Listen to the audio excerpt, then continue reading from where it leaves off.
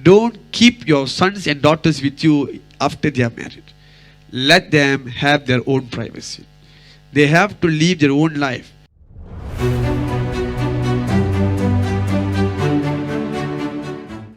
Naomi was a woman.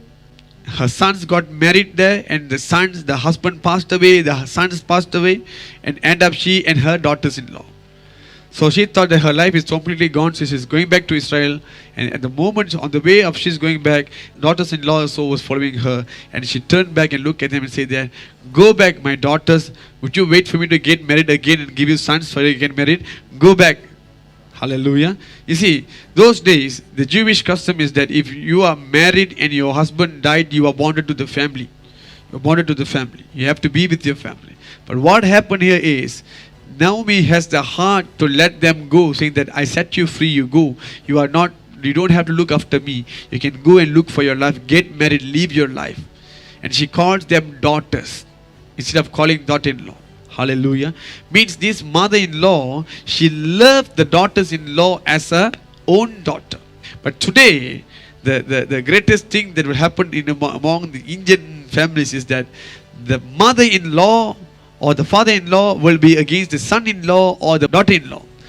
In today's generation, the father-in-law and mother-in-law will treat their son-in-law and daughter-in-law as their servants, as their maid servants. Hey, go and take this for me, go and take that for me. Pay this, pay that. This is how it will happen. But look at Naomi, she treats a daughter-in-law as her own daughter.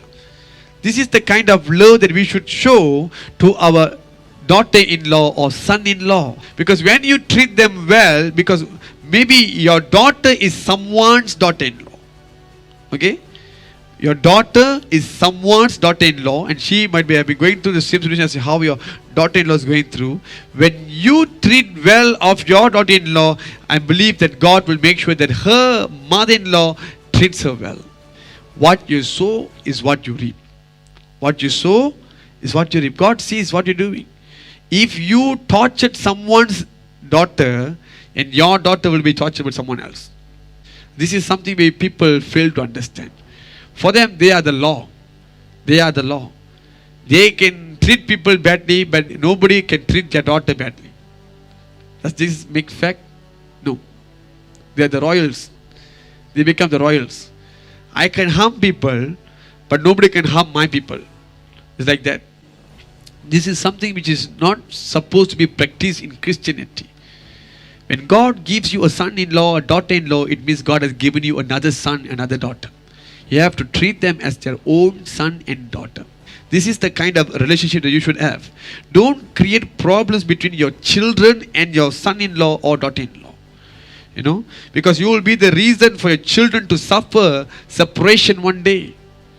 Because if you keep on creating problem, one day if your daughter-in-law or son-in-law left your son or your son or daughter will go through depression. And don't share about the past of your children to your son-in-law or daughter-in-law. This is something, some mother-in-law will become very close to the daughter-in-law or the son-in-law. They will share everything about their sons and their children, their daughters. So that son-in-law and daughter-in-law will take everything and keep, so this is your nature. Okay. And used all the past records to fight back again. This is something which will happen. When we say be close to your daughter-in-law, they will do this. When we say don't be so close to daughter-in-law, they will go against daughter-in-law. So this is the problem. People don't know how to balance. And don't influence your son-in-law or daughter-in-law to lie to your own children. Because you are teaching them to fool your children. Your own children, when you do something, hey, don't tell him anything. Don't tell her anything. She'll be angry. So when you teach that to your son-in-law, daughter-in-law, they learn everything from you. You are the teacher. You are the headmaster. Okay? When they learn everything, in future they want to do something, they will easily lie to your son or your daughter. Hallelujah. So this kind of things will happen. Hallelujah.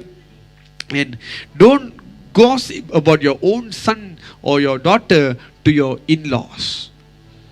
You don't share, don't instigate things, don't create things. Because it will cause separation.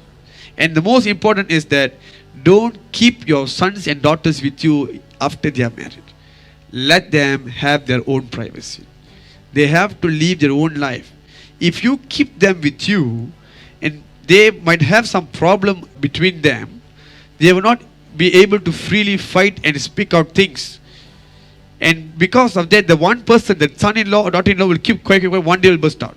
But if you give them space, they will, time to time when they fight, they will speak out and they will build their family. Because no family can be smoothly. There must be some pain. For example, this building, when they build this building, they have to use the hammer, they have to use the drill. All this can cause pain for the walls, isn't it? For the ground, isn't it? But end up it become a beautiful building. That's how family would be. There must be fights, agreement, arguments, all this must happen. Only when all these are completed, a beautiful family can be made. I challenge you, you can tell me any of the family are without fight today. Tell me. All the families, they have fight. All the families. But that fight are not to destroy them, but to make them, to build them. When the two parties show their disagreement, they are actually helping each other to grow, to build the family. But if you make them to stay with as a mother-in-law, father-in-law, you are saying, no, you must stay with me, look after me. They were not able to freely speak out. The son-in-law or daughter-in-law will feel like too ashamed to share the things, too ashamed to speak out. They don't want to get a bad impression from you. They keep quiet, they keep quiet. They'll end up depression. That's why I'm telling you, allow your children to go and stay separately at least for 3 years. 2 to 3 years is enough for the construction work, the renovation work. After that, you can choose to go and stay with them or they can come stay with you. It's up to you. Hallelujah. But give them some space. Only then they can form their life. If you keep your children with you, your children will live under your shadow, depending on you and everything. They will not be able to survive anything on their own. They will not be able to face their problems. So let them have their own life. And then you can join them or they can come and join you back. Hallelujah.